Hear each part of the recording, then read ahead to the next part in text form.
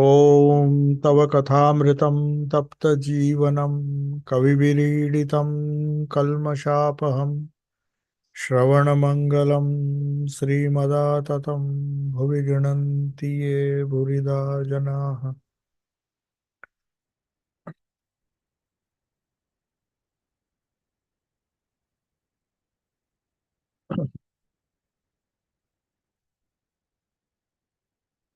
So today's conversation took place on Monday, 29th September 1884.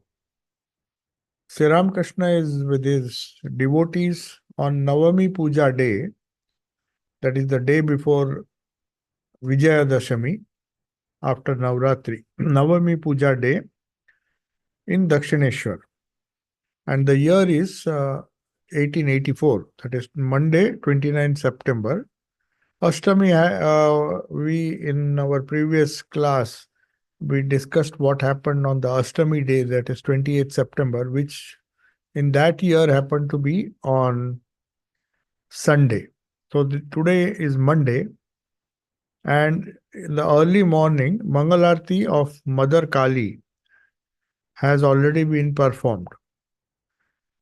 That is, in the Dakshineshwar temple, the presiding deity is Bhavatarani Makali. So, though the Durga Puja was celebrated in a separate uh, enclosure, but still, Mother Kali, the regular Mangalarti goes on as usual.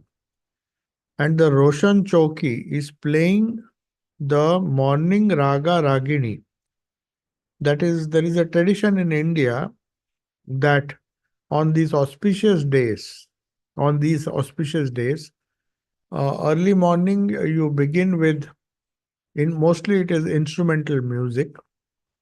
So on Shehnai or some other instrument, uh, different classical ragas and raginis are played, and that is normally done from the Nahabat.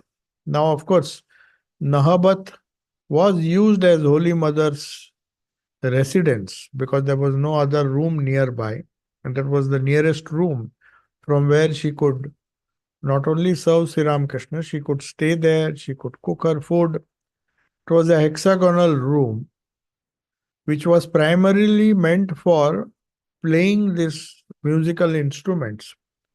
So that on the days of festivals like these, now there are so many festivals in India.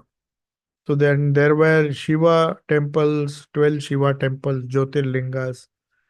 There was Krishna's temple, and of course there was Bhavatarani's temple. So there are so many celebrations that used to take place throughout the year, and some professional uh, singers, classical singers or classical instrumental artists would come and play. And it began from morning onwards before puja. As soon as the Mangalarti is over, you could hear this Jaya Dhwani, this Rag Raginis from the Nabat. And the gardeners with the large wicker baskets in their hands and Brahmins with puja baskets are going to gather flowers for the worship of the Mother of the Universe, that is Makali. Sri Ramakrishna has been awake since before dawn. Bhavanath Baburam, Bhavanath was a uh, disciple of Sri Ramakrishna, was very of a high spiritual nature. Sri Ramakrishna praised him. Though he did not become a monk, but he was a young man, Bhavanath.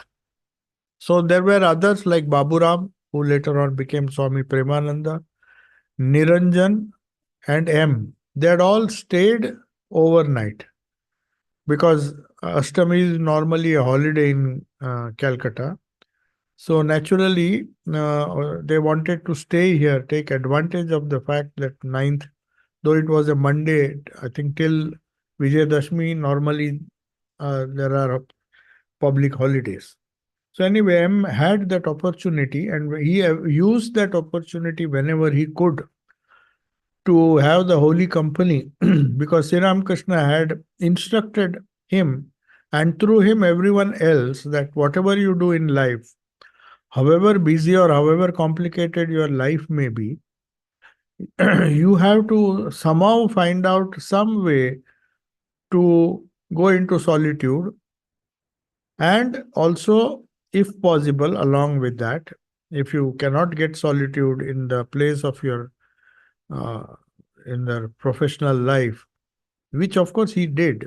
He, even though his house was not a place conducive for solitude, was a joint family, that was living in a very small multi-storied house with small rooms.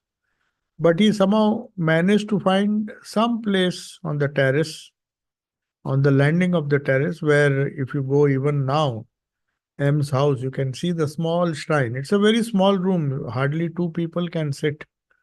If you see the place where Holy Mother stayed and worshipped, it's on the top floor.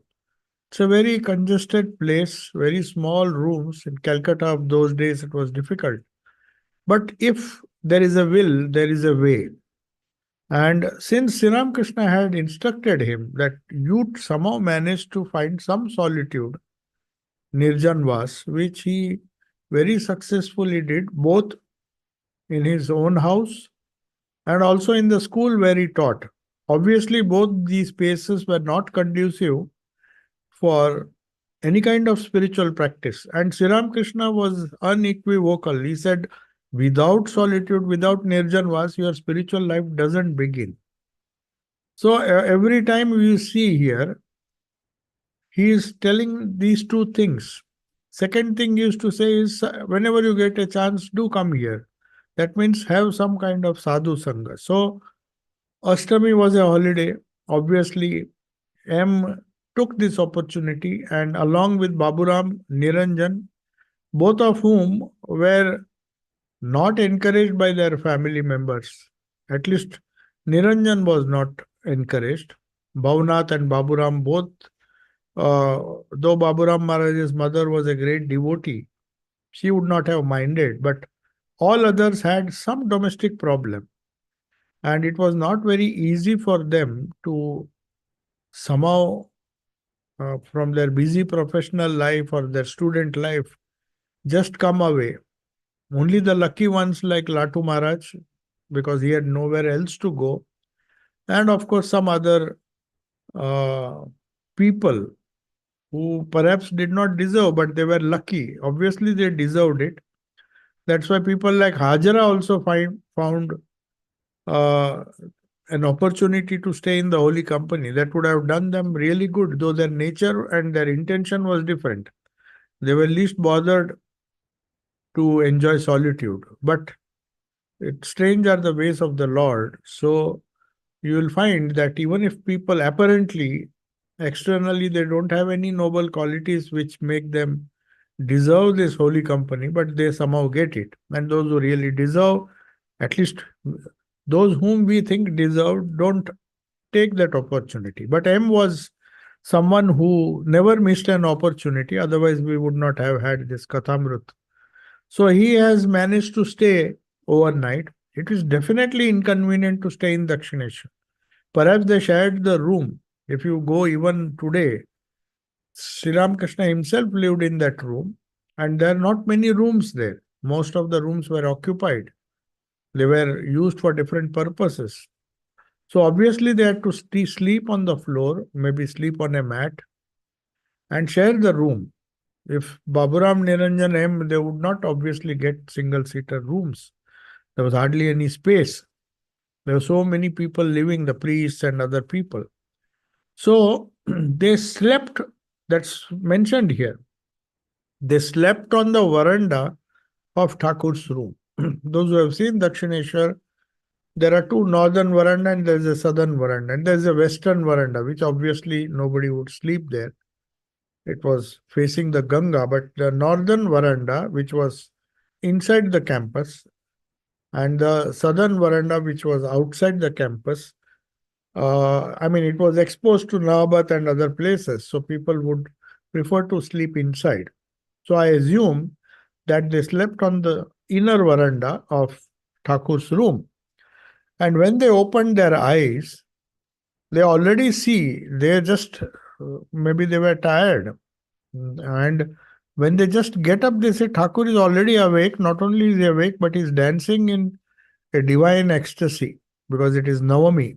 And he's uttering loudly, Jai Durga, Jai Durga. That is victory to Durga, victory to Durga. And then M observes something wonderful. We were discussing this in the short gap we had today, that Swami Vivekananda once remarked that who is innocent, child is born into this world as a with so much of purity and innocence, and Swamiji says the world robs the child of his innocence, his or her innocence, and spirituality. When the child grows up and he practices spirituality, it is just an effort to regain that original innocence. So here Sri Ramakrishna is seen, or at least M sees him just like a child. He says he is just a child with a dhoti hanging around his waist. He is not even bothered about tying it properly. Just like a child is in divine ecstasy, is even forgotten, like the child does. And is pacing the room and uttering the Divine Mother's name. He is oblivious of everything else. So this is the childlike nature that he developed. And that is what Swamiji meant, that we have to regain that childlike innocence. After a while, and these people have woken up, he says Sahajananda, Sahajananda. The meaning of this is the spontaneous joy of ecstasy. So he is trying to perhaps explain what he himself is experiencing. Sahaja Ananda. Sahaja means that which is effortless or spontaneous. You don't have to create a situation where you feel joy. You don't need anything external of yourself. Just a repetition of the holy name, like Sahajananda, Govinda, the Divine Mother's name, is enough to give you spontaneous joy. So that is what japa is all about. When you do japa, we normally encourage people, or normally the tradition says that it should be assumed that the mantra is rising from the bottom of the heart, the seat of joy. And that is where Sri Ramakrishna, that is where the Ishta normally is to be meditated uh, as a figure full of joy and light. And anything that he emanates from his own personality, that is full of joy. So the name that you meditate upon, the name that you use, that japa has to be spontaneous as far as possible. So that is what has happened in Sri Ramakrishna's life. He just keeps on repeating these names, and every name he repeats, he's getting this joy. That is why he's exclaiming Sahajananda, Sahajananda. Then he repeats the name of Govinda. Says, Govinda, you are my life, you are my life breath. Life breath here means prana. You would have used the word in Bengali, pranaram, or you are my uh, prana or prana, both. Life breath is prana, and the life itself is, in Bengali they call it prana. Prana, which is which is a way of conveying to the world that as long as the prana is there in the body, you are alive. When the prana leaves, life is no longer there. You're just a body, dead body. So the devotees, so the Lord is prana. So it's not that the Lord is prana alone. He is much more than that. But when a sadhaka repeats, the name becomes the Lord. The name is Lord, Nam Nami Abhed. Prana is also the Lord. The self is the Lord. Everything is suffused with the presence of the Lord. So that is what he is trying to express. The devotees, for example, the young child, the nephew of Sri Ramakrishna, when he was very young, uh, he was just shouting at Sri Ramakrishna. There was a red hibiscus flower, and there was a small bee sitting on that, or maybe a butterfly. There was a butterfly trying to sit on that flower, and it was very close to that flower. So then Sri Ramakrishna just happened to pass by, and this young child, he was so ecstatic seeing the butterfly, as if where he was trying to tell Sri Ramakrishna, just keep quiet. These two people are talking to each other. So he could see that divine conversation where we would just see a butterfly and a flower. The child saw the pure consciousness behind that. So that's why he says, Mama, just keep quiet. See, they are talking to each other, don't disturb them.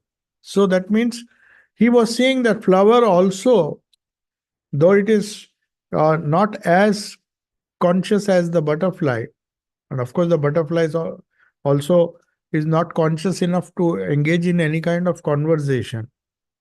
But for a child, he is trying to superimpose that consciousness on everything that he sees around him. So that his nephew says, he just tries to hush Sri Ramakrishna. He says, don't talk, don't talk. They are talking to each other. Let us not disturb them. So he was seeing the world full of consciousness.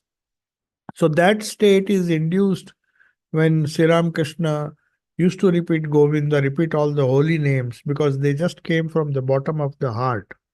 And he really felt, definitely would have said it with so much of feeling that you are my life, you are my life breath.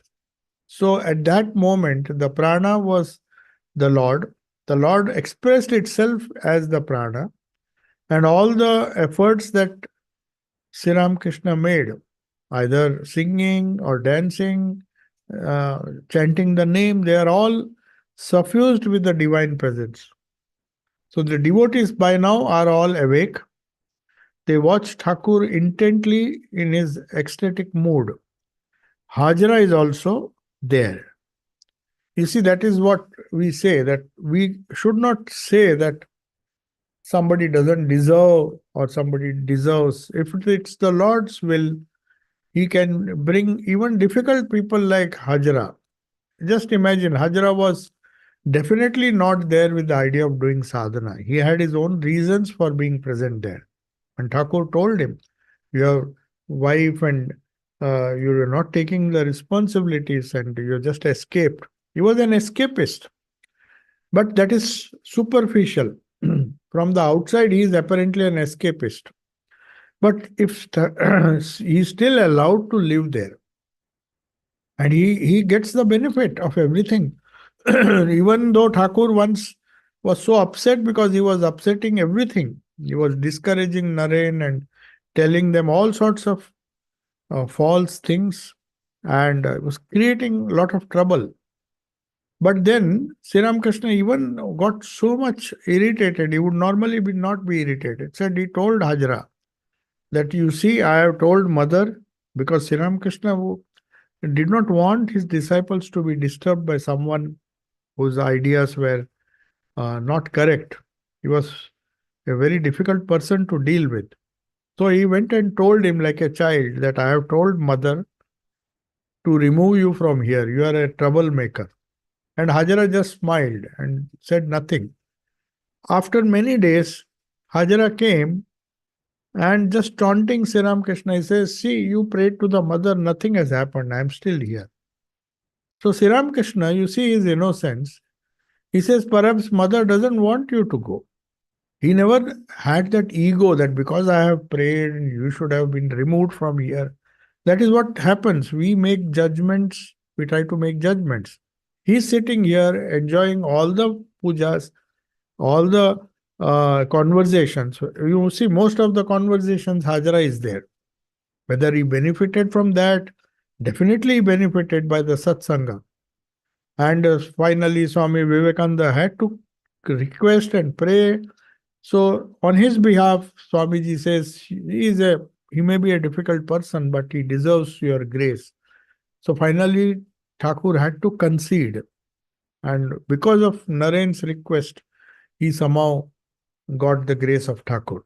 So whatever it is, he is sitting on the veranda to the southeast of Thakur's room.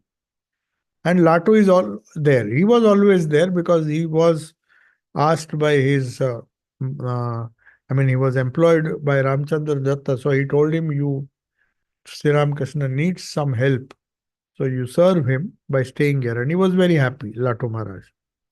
So he renders personal service to Thakur. So he is always present. The others come and go. Rakhal is in Vrindavan these days. Narendra visits Sri Ramakrishna from time to time, and today he has come. He is to come today. He has not come. He is to come today. The few devotees like M and others had slept on the small veranda to the north of Sri Ramakrishna's room, not in the southern veranda. They had stayed on the north of Sri Ramakrishna's room. It is winter, so they had closed the wicker door. So the only protection they got from the cold, because it was winter, Durga Puja is normally in winter. So they had closed that door, and somehow in that cold they were staying there. When they have finished washing their faces, Thakur comes and sits on a mat on the northern veranda. Bhavnath and M are seated close to him. Other devotees come in from time to time and take their seats in front of Sri Ramakrishna. Sri Ramakrishna is now speaking on a very important topic, the difference between Jiva Kotis and Ishwar Kotis. What is the difference? So he says, Jiva Kotis, that is a normal human being, a normal sadhaka, not one who is born with a divine grace. So Jiva Kotis are skeptics and Ishwar Kotis have unshakable faith. So that's why Holy Mother said that if you have faith, faith and firmness are everything. In spiritual life, two things she emphasized, and about quality she said there is no quality better than contentment. If you have contentment, if you have faith, and if you have firmness, then you have everything you need in spiritual life. So here Sri Ramakrishna is trying to tell Bhavanath the importance of faith. He says to Bhavanath, Jiva Kotis unfortunately do not have faith easily. On the other hand, Ishwar Kotis need no proof for their belief. They have unshakable faith. Prahlada, that is one of the Ishwar Kotis, began to weep suddenly when he wrote the letter K, because it reminded him of Krishna. So he didn't even have to repeat the name to have faith. He just won the letter K reminded him of Krishna. So the nature of the jiva is beset with doubts as compared to these Ishwar Kotis who do not require anything to rekindle their faith. The faith is built in. So the nature of jiva is quite opposite. It is beset with doubts. He says, yes, it is so, but, no doubt, but. So there is always a but. So he says things are not so easy, that faith is not there, that firmness is not there, that whatever I believe or whatever faith I have is going to rescue me or going to deliver me from all the sins or all the difficulties. So he doesn't have faith. So he always uses some doubts. He always uses a but.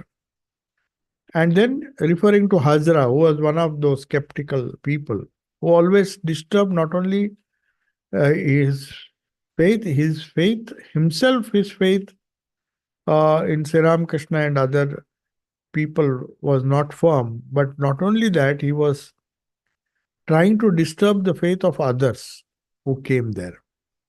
So that's why Thakur is a bit upset with him, because he upsets all the innocent people who come there, because they are Jiva Kotis, they would not have faith anyway. Sri Ramakrishna tries to make them cultivate that faith, and Hajra comes and disturbs everything. Perhaps that is also Mother's will. Hajra will never believe that Brahman and his Shakti power are inseparable. That the power and the being possessed and the being possessing that power are not different from each other. So Sri Ramakrishna always used to teach this to his disciples, and Hajra would overturn that and then confuse people. He said, according to Vedanta, Brahman cannot be Shakti. Shakti is separate and the power is totally different. So people who had some faith or who were Jivakotis, they found it difficult because he used to constantly upset their faith. Hajra says that Brahman, he doesn't believe that Brahman and its power, Shakti, which is one of the most important concepts that Sri Ramakrishna emphasized again and again. Whom you call Brahman is the Shakti of uh, the Shaktas. The Brahman of the Vedantins is the Shakti of the Shaktas. That is his uh, philosophy, which he emphasized again and again. And Hajra used to come and tell people that what Sri Ramakrishna says is wrong. I call God Brahman when he is inactive. When he is pure consciousness, when he is not manifesting himself as Shakti, he is Brahman. But when he creates, when he expresses the same reality, when it is expressed as Prakriti, as creating, preserving, and dissolving or destroying, I call him Shakti. Call that same reality Shakti. But what exists, the substance is one. And it is indivisible, akhanda. It cannot be divided. If can be divided, then it would be the world. So even the Maya or the Shakti is subsumed in Brahman. They are not two different entities. That is the whole idea behind the the sadhana of upasana of mantra. Because mantra is a method where you use the Shakti of the mantra, the consciousness behind the expression. Because Brahman, when it expresses itself, it first expresses itself as sound, as Om. And then come all the different manifestations. The bija comes, the names come, the forms come, the whole of Nama Rupa, as Shankaracharya says. Though he calls them as an illusion, but for Shaktas or for Sri Ramakrishna, they are as real as Brahman. Because they ultimately lead you to Brahman. So when that same Brahman creates, preserves, and destroys, it is Shakti, and it is represented by our sadhana, upasana, is to use that Shakti to go back to Brahman from where we came. So he gives an example now. Think of a fire. Fire, the moment you think of fire, you cannot but help thinking of its burning power. Similarly, when you think of the burning power, when something is burning, then you have to think of the fire. You cannot separate. Similarly, when you think of Brahman, you have to think of Maya, you have to think of Prakriti. They may express themselves differently, but they are indivisible, they are not different. Like Sankhya says, Purusha is eternally separate, Prakriti is eternally separate. No. In Tantras or according to the Shaktas, he who is Shiva is himself Shakti when it is active. When it is inactive, it is Shiva. When it is active, it is Shakti. So then he says, now Sri Ramakrishna says, this is what Hajra was not agreeing to. And he was telling people that whatever Thakur says is wrong. Then I prayed, "O mother, Hajra tries to upset the belief of this place." He never said my belief. This place means by mother's grace, whatever came out of his mouth, he believed that these are mother's words. The Divine Mother is speaking through me. So the ideas of this place are being upset. Either then he prays to the mother, you see, very cleverly, not cleverly, very noble prayer. He's praying in a very noble way to the mother. Says, either give him the right understanding or please take him away from here. He went to the extent of, because he was seeing that here is a person, I take so much effort to tell these people these wonderful things, and he comes and upsets everything. And after he prayed like this, his prayer was answered. The very next day he came and said, I agree with you that Brahman and Shakti are inseparable. So something must have happened in the cosmic mind, and that poor Hajra had to agree. He came and said, he said, Vibhu, the all pervading being exists everywhere. So why will he not exist? Why will not Brahman exist in Shakti? So, okay, I agree with you. Then Bhavanath laughed and he asked a very important question. He said, did you really feel disturbed at this stupid idea of Hajra? Then Sri Ramakrishna gives a nice answer. He said, my state has totally changed now. I can no longer carry out discussions and arguments with people. I am not in the state of mind to discuss and argue with Hajra. Hriday said to me, Hriday, that is his nephew, said to me, in Jadu Malik's garden, he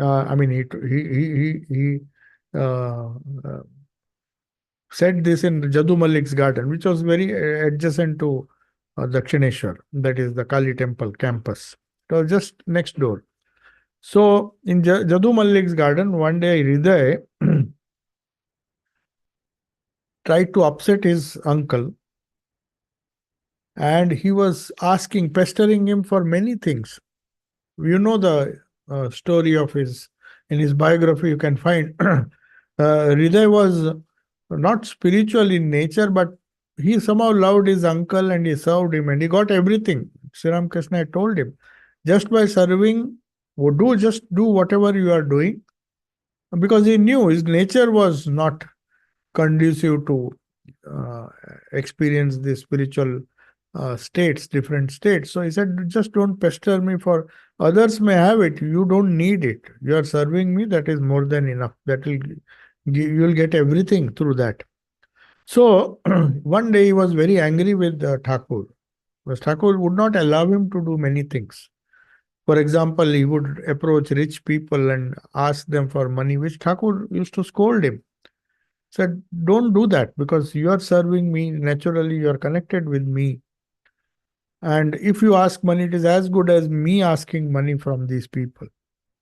Then he got angry and he said, Uncle, don't you want to keep me with you?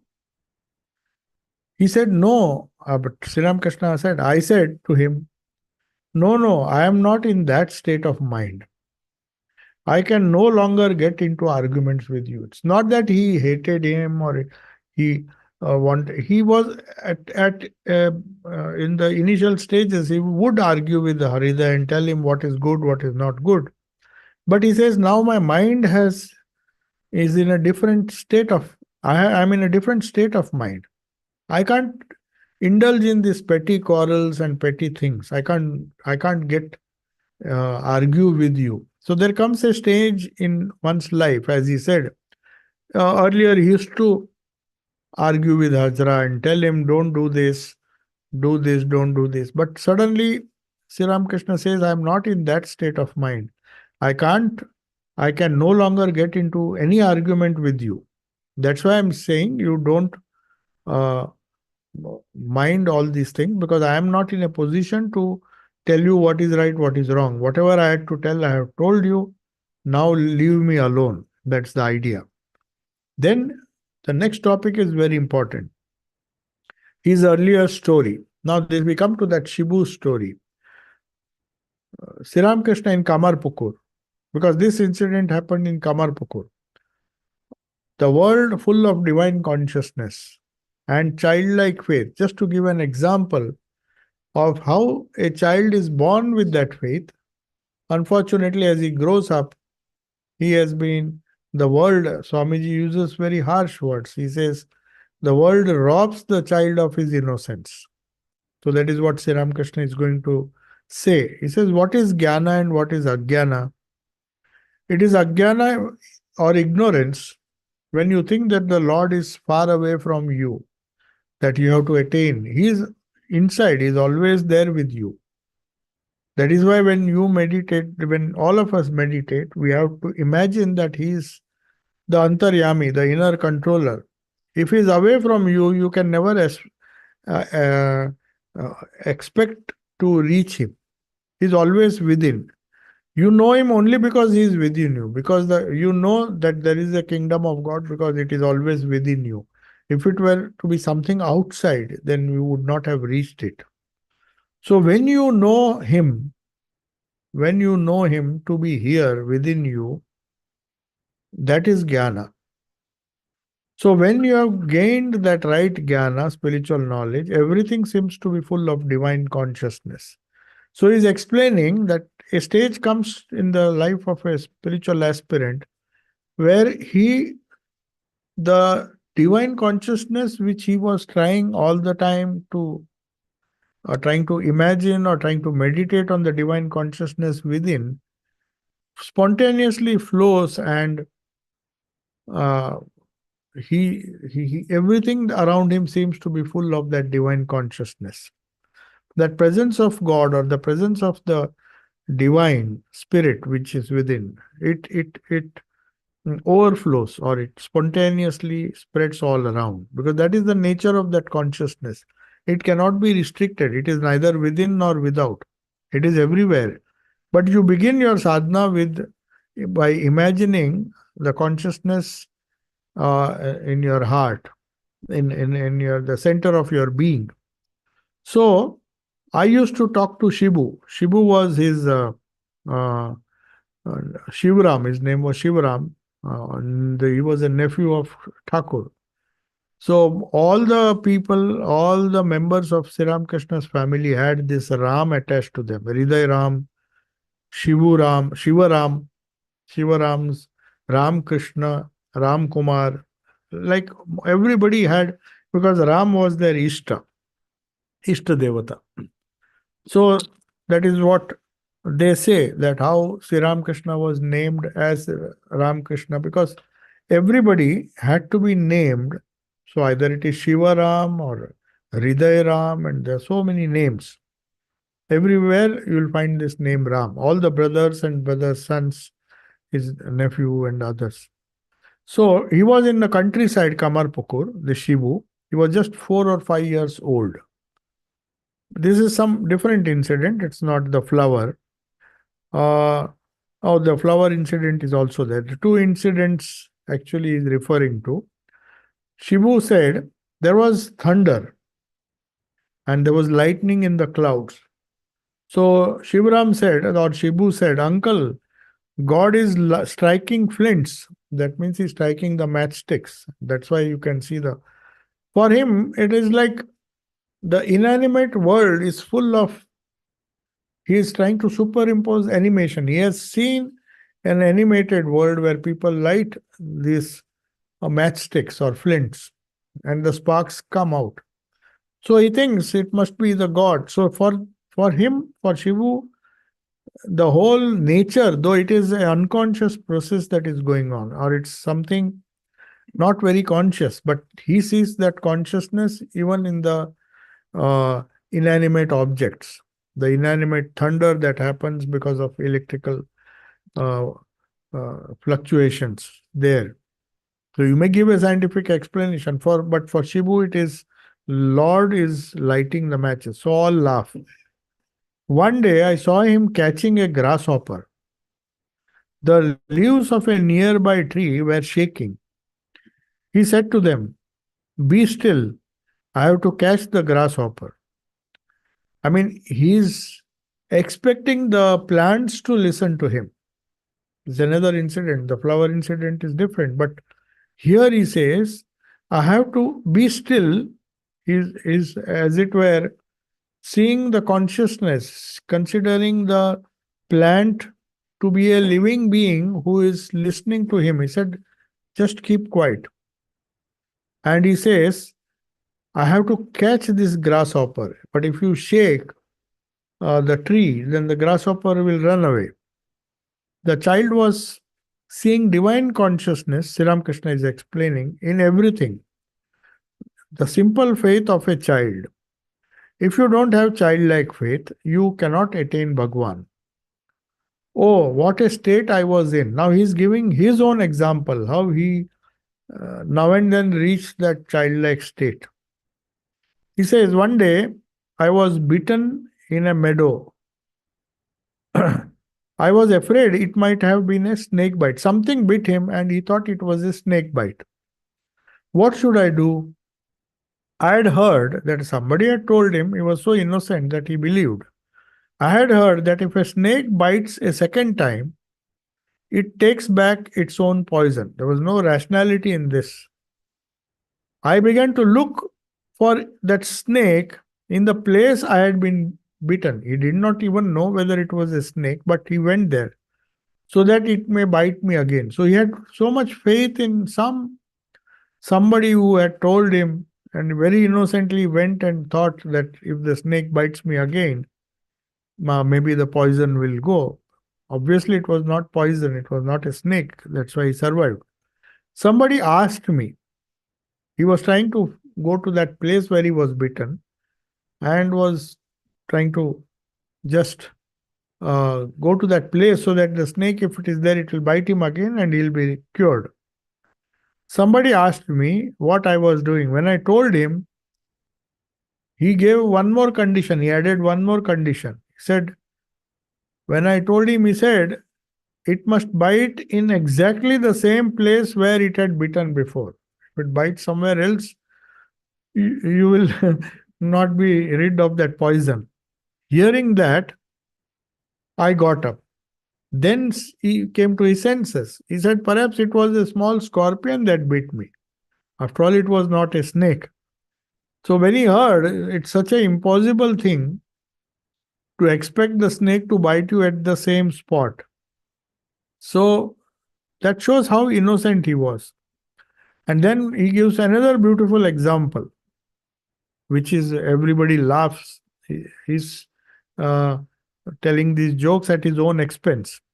He says, one day I heard Ramlal, who's also a nephew, say that autumn dew was good for one's health. So in autumn, the dew, normally we discourage people from getting exposed to the dew. But anyway, Ramlal must have told him in a very stupid way that autumn dew was good for health. So coming by carriage from Calcutta, so when he was coming, I stuck my head out of the window to be exposed to dew. And I fell ill after this. So then he tried, but as a child he believed first. He says, I was in that state also. Not that he always was in that particular state, but he said, I was also in that state, because the person who is asking him question definitely wanted to know that whether this state is possible. So sometimes it looks very illogical or looks very stupid, and people even laughed at him. But that was how it was. He had reached that state at some point of time in his life. Now he is talking about medicine, how people with and without faith in medicine, they are affected. Thakur, now the topic is Sri Ramakrishna and medicine. Thakur now goes into his room and takes his seat. Both of his feet are somewhat swollen. He asks the devotees to see whether a depression is formed on the skin when it is pressed. A small depression did form, but everybody told him that it was nothing. So Sri Ramakrishna, so this is maybe he has seen some doctor doing that and asking him if there was a swollen foot, just press it and see. Sri Ramakrishna to Bhavanath, please ask Mahendra of Siti to come and see me. I will feel reassured. She is like a child. He, though others, those who were not doctors, they were convincing him that it's fine, nothing is wrong. But he still uh, asked Bhavnath, please tell Mahendra, perhaps he was a doctor, Mahendra of Sithi. I will feel reassured if he says it is nothing. Then Bhavnath smiles. You have great faith in medicine. We don't have so much. Sri Ramakrishna then gives a wonderful reason why he has faith in medicine. Sri Ramakrishna says, God makes the medicine and he himself is the physician. Dr. Ganga Prasad asked me, Ganga Prasad Sen was a very great doctor, Ayurvedic doctor. So he used to treat Sri Ramakrishna along with Mahendralal Sarkar. So one day he said, according to Ayurveda, perhaps he was not supposed to take water at night. He asked me not to drink water at night. I believed him so much that it appeared as if it were an injunction from the Vedas. Vedas injunctions everybody has to follow. You can't even question the Vedas. So he says, I looked upon him as Dhanvantari himself. Dhanvantari is the god of physician of heaven. That is. So for him, Ganga Prasad Sen has said, don't touch water, he would not touch it.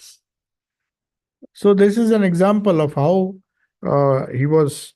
he had blind faith, or you may say so much faith, not only in medicine, but the faith of a child. So he never argued, he never questioned, especially when he was in this state. So Sri Ramakrishna is now with Narendra, Bhavnath and others. Narendra has just come. Yesterday, Thakur had gone to Calcutta on the Mahastami day for darshan. They are talking of the previous day. And at the darshan of the image of the deity of Ma Durga, he first visited Ram's house, Ramchandra Datta's, and later went to Adar Sen, whose house he used to visit several times for the darshan of the deity. Because everybody, all these, especially the rich and prosperous devotees, they would have their own Durga Puja. So he has gone to Ram's house for darshan, and then he has also gone to Adar Sen, who was a deputy magistrate. So he was a very well-known person. And Sri Ramakrishna, after Ramchandra Datta's house and Balram Mandir, of course, Balram Mandir he visited the highest number of times, more than 100 times. But Ramchandra Datta's house also he has visited several times, and also Adar Sen. They say at least 10 times he has visited that house. So a number of devotees had gathered there in Adar's house. When Thakur saw Narendra was there because his house was not far away. He went into Samadhi, stretched his foot towards Narendra's knee, and went into Samadhi standing there. Today Hajra has come. He has come there also. He used to go. He's lucky that he used to accompany Thakur wherever he went. So he has gone there, or he is present there, and takes his seat. After some casual conversation, Thakur says to him, look here. Oh, he is in Dakshineshwar, he's not there.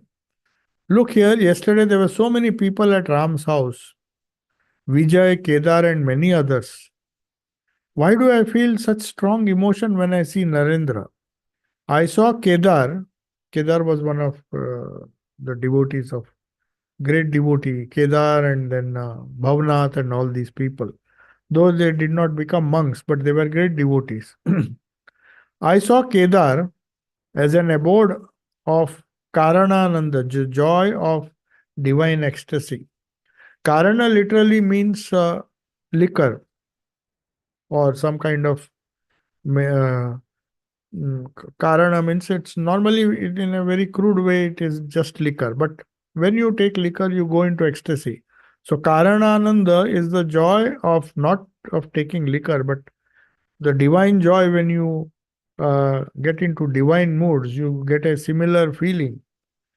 So that kind of ecstasy, there are many anandas, Karanananda, Bhajanananda. Bhajanananda means the joy you get by repeating the name or doing bhajan or singing songs. then Karanananda, then Satchidananda, that is when you consider yourself to be pure existence, you get a higher kind of Ananda. But Karanananda also is, maybe it's a lower joy, but it is still supposed to be a spiritual joy. In the meantime, Narendra enters the room. Sri Ramakrishna is beside himself with joy. Having saluted him, Narendra talks with Bhavnath and others. M is also there. A long mat covers the floor of the room. While talking, Narendra lies on the mat flat on his stomach. Looking at Narendra, Thakur suddenly goes into samadhi. He sits on Narendra's back in this state of samadhi. He was not conscious of what is going on. Narendra was just lying flat on his stomach with his back upwards. And then Thakur goes and in that divine mood, he just, of samadhi, he just sits on his back. Then Bhavnath is singing, who was present there. O mother, ever blissful as thou art, do not deprive me of bliss. Go Anandamayi Nirananda Corona. That is the Bengali song. So you are full of bliss. Why are you making me so sad, so depressed? That is the prayer. My mind knows nothing but thy lotus feet. Thakur comes out of his samadhi and sings, You are the river of nectar, O Mother Shama. Who can fathom your various moods? Then he sings another song, Chant, chant, O my mind, the hallowed name of Durga. Obeisance to you, Gauri. Obeisance to you, Narayani. Only when you shower your compassion on this sorrowing servant of yours shall I know your greatness. You yourself are the dusk and the daytime and night. Sometimes you become man, sometimes you become a charming lady. You hold the bow when you are Rama and the flute as Krishna. With your disheveled hair, you have captivated the heart of Shiva. O Mother, you are the 10 great powers. You yourself are the 10 avatars. In what form are you incarnating to liberate me this time? O Mother, Yashoda worshipped you with hibiscus flowers and bilva leaves. By placing Krishna in her lap, you fulfilled her heart's desire. Where else do I live, O Mother, than in groves? May my heart remain tied to your red feet night and day. So, and I may die anywhere. I may die of any calamity. I must call out the hallowed name of Durga in my last moments. If you ask me to go away, pray tell me to whom shall I go? O Mother, who else has this nectar sweet name Tara? Tara means one who lifts one. You may ask me to leave you, but I shall never do it. O Mother, I will cling to your feet and tinkle as the little bells of your anklet. When you sit with Shiva, I shall tinkle at your feet. Victory to Shiva, victory to Shiva. If your feet are scratched, when I write your name on them, I shall write it on the ground so that you may place your feet on it. Mother, if you fly in the sky, becoming a kite, I shall live as a fish in water. Pray lift me from there with your claws. Hurt by your claws, O blissful mother, when I quit this mortal frame, kindly grant me then both of your red feet. O mother Kali, the beloved of Kala, the absolute, take me across. You have made a boat with your 2 feet to liberate me. You are yourself heaven, the mortal world, and the nether world. Hari, Brahma, and the 12 Gopalas have all sprung from you. So we'll conclude. And yes, last time there was a question. Speaking of the 5 lights, one of the devotees asked this question. What are those 5 lights which are referred to? It is very clear in the 5th volume, 19 December 1883. Sri Ramakrishna, it is obviously you have to read it in that particular context. There are no different lights are just to express symbolically the different states of a sadhaka. Either is a jnani or a bhakta. So Thakur says there are 5 kinds of light. The light of a lamp, which is the jiva, which is an ordinary light, which is not powerful enough, but still it is light, the light of consciousness. The light from another kind of fire, which he has not explained what it is. The light from the moon, which is a cooling and soothing light, which is symbolic of bhakti. The light of the sun, which is symbolic of jnana, and the light of the sun and moon together. So he is telling this fifth kind of light is what, and he explains these two lights. Love for God is the moon, and love for knowledge is the sun. So sometimes you can see the moon in the sky even before the sun has set. In an incarnation of God and those like him, the moon of devotion and the sun of knowledge can appear together. So, love of God and that can knowledge, or the sun and the moon, that is love for God, come in a single receptacle just by wishing for it? No. Only a special kind of being can possess both. Some bamboo has big holes and some have very small holes. Is it possible for everybody to comprehend God within him? Is it possible for one seer pot to contain two seers of milk? So, but he says, Mani says, that is M says, what is not possible by his grace? If he bestows his grace, even a camel can pass through the eye of a needle. But Thakur tells something very significant. He says, yes, I agree with you, but do you really deserve the grace? If his grace is there, a camel can pass through the eye of the needle. But he says, does he shower his grace just like that? And he tells something very significant. He says, when a beggar asks for a pice, it is given to him. But if he suddenly asks for a railway fare, he is refused. I mean, you have to be fit to receive that grace. Though everything is his grace, he can make a camel pass through the. But if you deserve only one pice, and if our state is like that of a beggar asking worldly things from him, he will give that. He will not give you the whole railway fare. That means he will not give you what you don't ask for and what you don't deserve. Both. So that is why he's trying to explain to Mani, who says that even if we don't deserve, God will give us. God can give us. Yes, he can give us. But do we want it? That is the idea. So we'll conclude. One question. He's saying that can we say that the Leela of Thakur, childlike behavior, is it Leela, like the childlike behavior, is it Leela? In continuation, the second part. It's somehow related to the previous talk, meaning it's all Leela. It's really happening at the level of human being.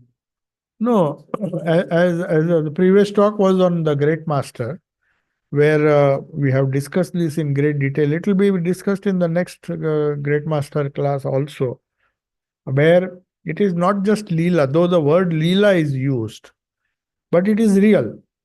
The drama is not just fake acting, it is real. So, in that sense, it is Leela, but the Leela here doesn't mean that it is an imitation or it is just play acting. It is not like that. Leela means the manifestation of the divine powers of Brahman in the as Shakti. So, Shakti can perform Leela not as a drama. You cannot compare it as a stage drama, a drama that is staged and the actors, they may be having different natures, but at least when they are on the stage, they behave as if they are one with those characters. So it is not Leela in that sense. So that is the answer. So, but this childlike, of course, it is not a Leela, it is a real state, absolutely real state which Thakur experienced. There cannot be imitation or acting or deceiving. If that is the case, then he is not an avatara. That is what Swami Shardananji took so much pains. He said, never think that an incarnation deceives you. If he is saying that he is feeling the pain, he feels it, just as any other human being. And if he says his nature is like that of a child, he has really felt it. That is why he went and put his hand there where the snake beat him. He's not just pretending that I am full of knowledge and I am acting as if uh, I don't know anything. No, it is not like that. Because we try to understand innocence as something which makes us vulnerable. Innocence is not accepted, or innocence is not appreciated, rather. It's not a question of accepting or not accepting. Innocent person, according to our worldly wisdom, is a vulnerable person. So naturally, innocence is not appreciated. We think he's still childish. There's a huge difference between a childish person. If somebody is autistic, somebody is having some deformity and is childish, that is a different thing. But a fully conscious person, such a sensible person, such a noble person, if he behaves like a child, it is childlikeness. Sister Nivedita has very clearly said, when Jesus said, be like the sheep, it is not sheepishness that she meant. The characteristics of the sheep are not what we should. It is the childlike, it is the sheep's characteristics. Be as humble as the sheep, not arrogant, not giving up the ego. All these characteristics of the sheep, when they are manifest. That's why he says, when Jesus says, unless you be like these children, you will not gain entry into the kingdom of God. So Nivedita clarifies, it is not childishness, which may be a reason. Sometimes people are foolish, they behave in a very childish way. They keep quarreling, and then that is not childlikeness. Childlikeness is a conscious effort to give up the ego and regain that egoless state of the child. The child is spontaneously egoless. Its ego, we inflate its ego as the child grows. We make him feel that he has a very big fat ego, that he has likes and dislikes where he had none when he was born. But we train him and introduce that ego to him, and then it is so difficult for him to get rid of that. So getting rid of the ego gives rise to childlikeness, which is not childishness. Okay. Om Shanti Shanti Shanti Hari Om Tat Sat.